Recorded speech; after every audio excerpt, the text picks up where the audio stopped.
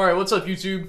Welcome back to the channel. In today's video, we're going to talk about diatonic arpeggios and how to use them to build chords. So what we're going to cover today is what I believe to be like the cornerstone of music theory to get you up and running for one, writing songs, improvising, and just really understanding how to move up and down the fretboard. So if you're taking notes, which I encourage you to do, get a piece of paper because you're going to copy it. If you copy a lot of the stuff we talk about, you're going to be ahead of the game. But if you're taking notes, the homework moving forward is to take the concepts that I talk about today and apply them in 2 to 3 different areas on the fretboard. And I would really encourage you to focus on the bottom 3 strings. But today we're going to focus mainly on the A string. So it'd be A, D, and probably G string. It'd be the 3 that we're going to focus on. If you really want to get the most bang for your buck, I would focus on the G, B, and E string on your own. But all right, without further ado, we're going to talk about 7th chords today. Math rock is what I really enjoy. So if you study bands like Plenty, Intervals, Chon especially, you're going to notice a lot of extended chord voicing. So 7ths, 9ths, and 11ths. Today we're just going to focus on 7ths. In the future, I would encourage you to learn how to do that on your own and build chords, but that'll probably be a future video. So all right, let's get started. First thing we need to know is a question I got is, what does diatonic mean? Remember, diatonic just means in the key of. In this video series, we're just studying one key for now. We're studying C major. And again, the reason for that is because if you understand C major really well, then you'll understand really any key. And you'll see that as the video series progresses.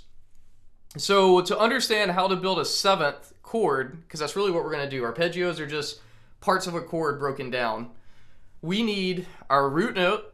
We're going to need our 3rd, our 5th, and I'm going to turn this way so I can actually get this in a row because we're about to build out a really useful chart.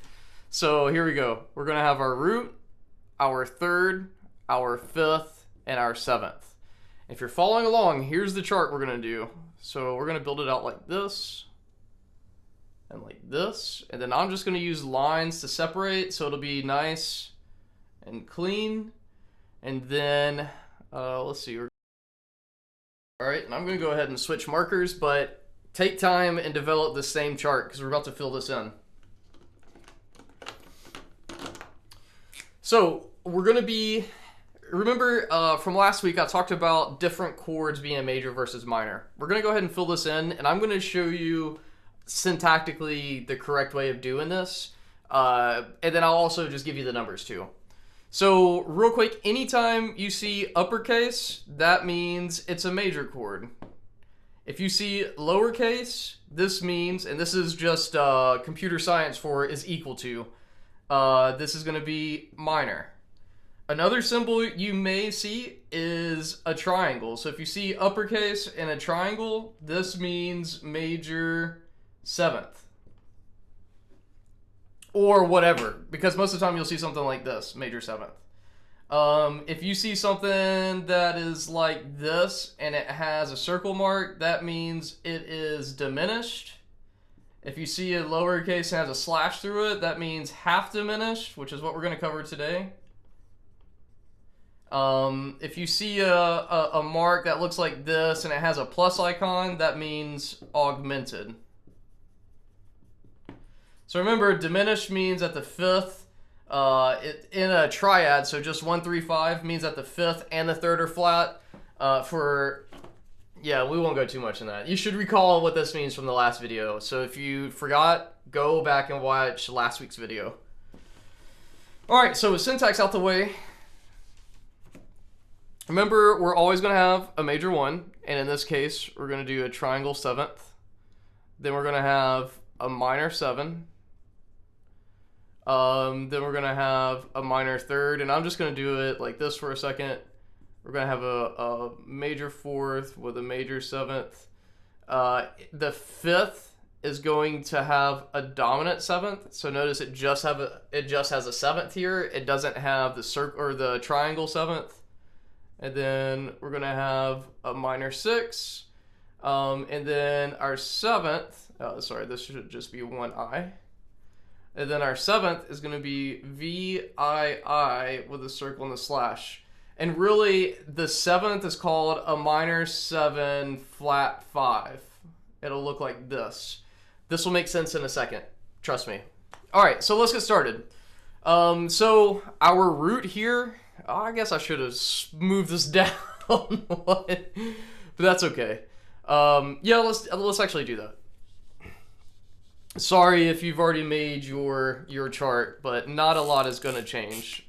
We just have to add one row. All right, so we're gonna do root, 3rd, 5th, and then our 7th. So let's just go ahead and add in that line. Again, I apologize, but this chart will make sense when it's all said and done. Look, not that big of a deal, right? If you're using pen and pencil or pen or paper, you don't have to erase anything. All right, so the first note we're gonna do for C major 7 is C. All right, let's write out our scale. So we have C, D, E, F, G, A, B, and then we have back to C. All right, so just remember these two notes are the same. I'm just gonna go, I'll probably erase this just to keep it simplistic. But all right, so we're starting off with C. Now remember, the way that we're gonna find our 3rd is we're gonna grab a note, skip a note, grab a note. So E, skip a note, grab a note, G. Now our 7th, we're gonna do the same thing. So we're gonna skip a note, grab a note, B. Now a question I got is, on live stream is, one of the guys watching said, hey look, I put my numbers above here, 1, 2, 3, 4, 5, 6, 7, but the issue is that when I'm trying to do this, my 3rd is, you know, if I'm trying to build D minor, my 3rd is E, right? And, you know, no, that's not the case. Don't get confused by this. This is in relation to C major. So in C major, these are the intervals. So our 2nd is D, our 3rd is E, and our 4th, all related to C major. If you wanted to do this and keep your numbers the same, then what we would have to do is write out D, and let D be 1, and then E, F, G, you know, slide everything down, basically. And I messed up some, oh yeah, right here. This would technically be D Dorian if you're writing it this way, but if, for the sake of understanding, if that's how you want to do it, that's okay, but I'm going to give you an easier way. And look, Charlie Brown's trying to get out of here. Nah, boy, you stuck. You learning this lesson with me. All right, so that's the 7th. That's our addition from the previous lectures. So now we're going to start off with D. Now, instead of thinking the D, the 3rd is E, we're going to use this trick. Look, we're going to grab a note, skip a note, grab a note. Skip a note, grab a note. Skip a note, grab a note. Okay? Use that formula. Because everything else, you have the potential to confuse yourself. Don't confuse yourself, just operate right now. Until you get this, like, if you see this the first time, this is the first time you're seeing this, you're not going to understand it the first time around. If you do, then great. If you don't, trust me. All right, so the next note we're going to do is we're going to do E minor, E. Skip a note, grab a note, G. Skip a note, grab a note, B. Skip a note, grab a note, D. All right, and I would encourage you to do it this way. And I'm just going to fill this in. All right, so I would encourage you to fill this in that same exact way. But if you were someone, as guitar players, we tend to be really good at recognizing patterns. There is a pattern. You notice, hey, the 3rd is always going up by the next scale degree. So if you just want to fill this in and study it, then we can do it this way. We can say, okay, well, I know this is going to be A. I know that this is going to be B. I know this is going to be C. This is going to be D. And you can do this. Look, C, E, C, D, E, F. Oh, D, E, F, G, A. But here's the problem with doing that, and why I don't encourage you to study that way. Because it's not teaching you intervals, okay? If this isn't a school exam, this is not fill in this chart for 100 points. We need to use this chart to understand music. What I just showed you, this is all 7th chords, diatonic to the key of C major. So if you're playing in C major, these are all the keys that you can see without getting into borrowed chords and everything else. So what I encourage you to do is to, here, look, I'm just going to give you a test. All right. If you're doing this on your own, here's what I want you to do. Tell me what is B half diminished, or we'll call it B minor 7 flat 5. Spell out this chord, B minor 7 flat 5. All right, then I want you to fill out A minor 7. Okay, then I want you to spell out D minor 7. All right, spell out F major 7. Then let's fill out C major 7. And then spell out G dominant. I don't know why I did a circle.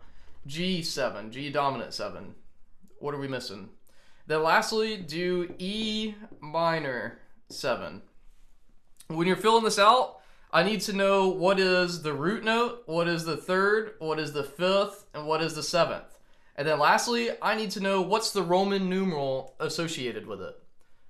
Fill that out. And while you do that, I'm going to switch and grab my guitar. All right, so what we're going to do now is we're going to map this out on the guitar.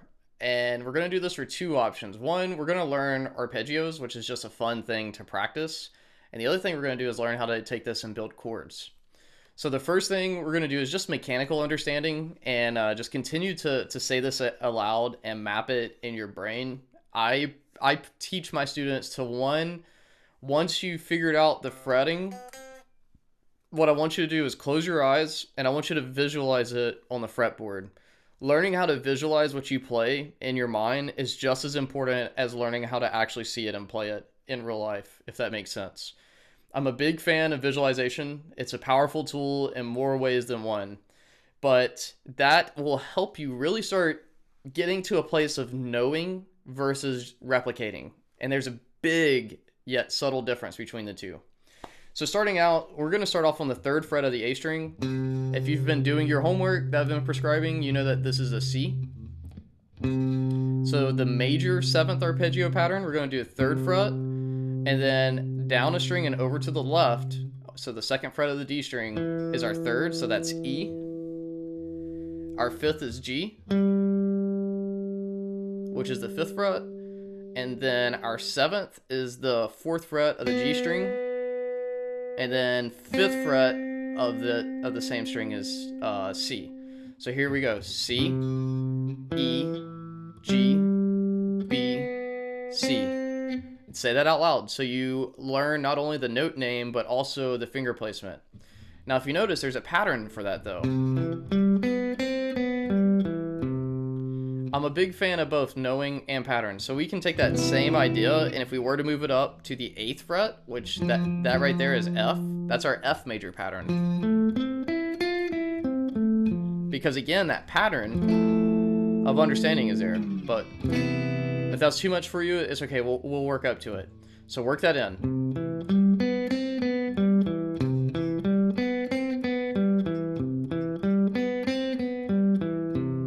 Now here's the cool thing.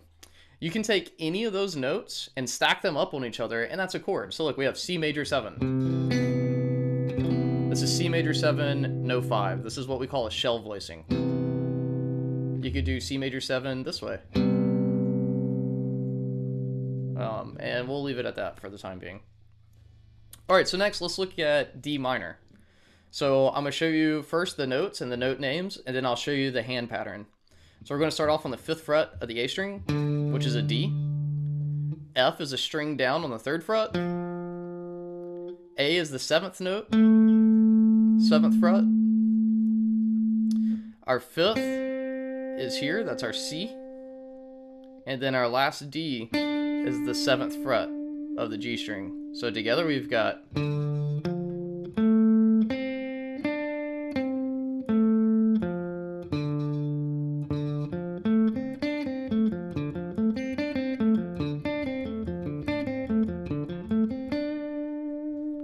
Here's the cool thing. If we take E, so we just did that, now we're on E, the fingering for it is the exact same, but you got to know E, G, B, D, E. But the fingering for the two is the same.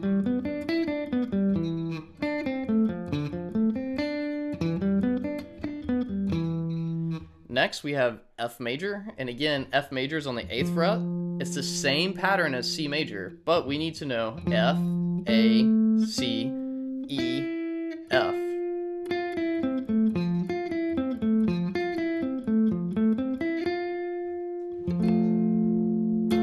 And same thing down here. You can build chords just like we did before. This is E minor 7, no 5, so technically a shelved voicing. Or you could do it with the 5th. So thinking intervallically, this is 1, 3, 7. You could also do 1, 3, 1 if you just want to do a major chord. Or minor chord, excuse me. So this is E minor. This here is E minor 7. E minor 7, same chord, different voicings. All right, so let's go on to G. G is the interesting one. G is dominant, which means that we have a lowered 7th scale degree. This is because in G major, F is actually an F sharp. So when you lower just the 7th, but you have a major 3rd and 5th, you have what's called a dominant chord or a dominant voicing. Some of y'all will know this as a quote-unquote Hendrix chord. Same thing. Okay, so let's figure it out. So we're going to have a major 3rd and a major 5th. So that tells us that if we're on G, this fingering is going to be the same of F and the 3rd. F and C, excuse me. So we're going to go G, B, sorry, D. I'm expecting like you're a student of mine. When I do this, it's like, what's that note? G, B, D. And then we go A, or F, G. That's the only difference there. Because remember, if this was G major 7th, it would go, because of that same finger we've done for F and C. But if you were to do that, if you trace that note back, that's an F sharp. Doesn't work, not in the key. So we lower it by a half step. And now you have a dominant 7. The chord voicings.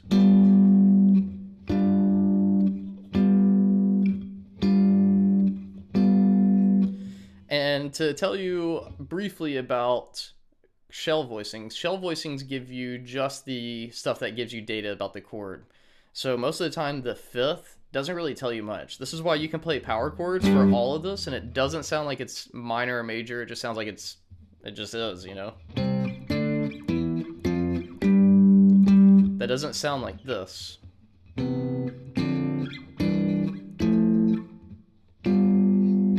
So shell voicings are going to give you just the key data points about what the chord is.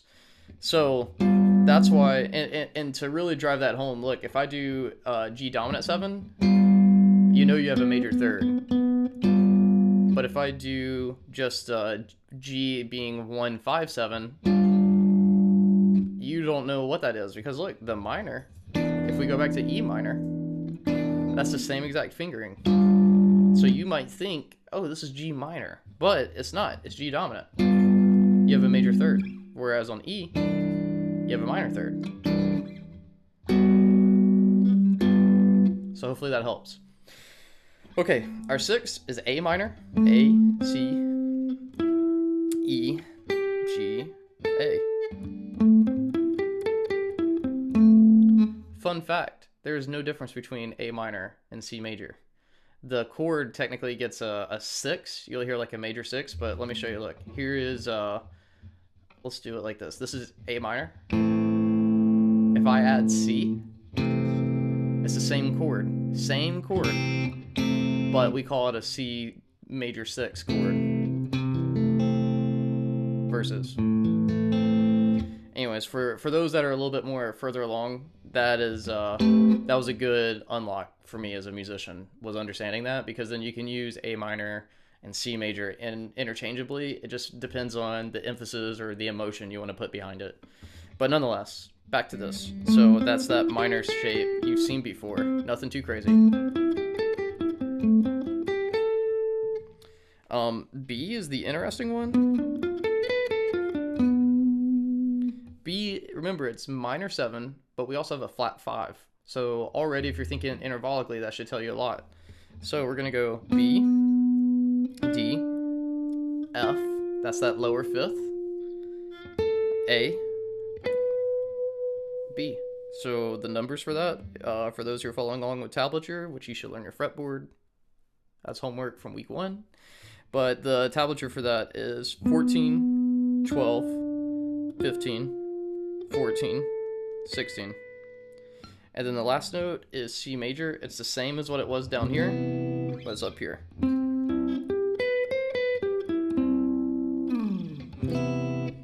Okay, here's your homework. 1, I want you to take what we just did, and I want you to learn it in at least one other position on the fretboard. For the overachievers who are working hard every week, learn how to do it in 2 different positions on the fretboard. Here's your mechanical homework, though, your practice. If you want the tablature for this, it's already published on my Patreon. But if you, here's what it is. Just know this exercise. You don't have to get the Patreon. You can just do it if you like me and you want to support me. But here's the thing. We're going to go just arpeggios, up and down the neck. Everything we just did, we're going to practice it like this.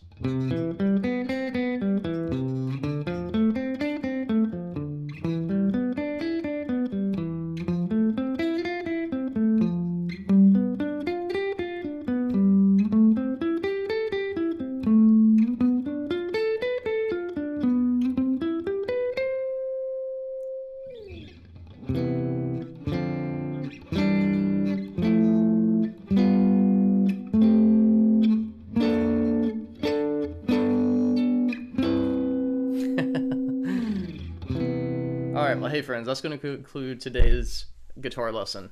I hope that you enjoyed it. I hope that you found it, extremely useful.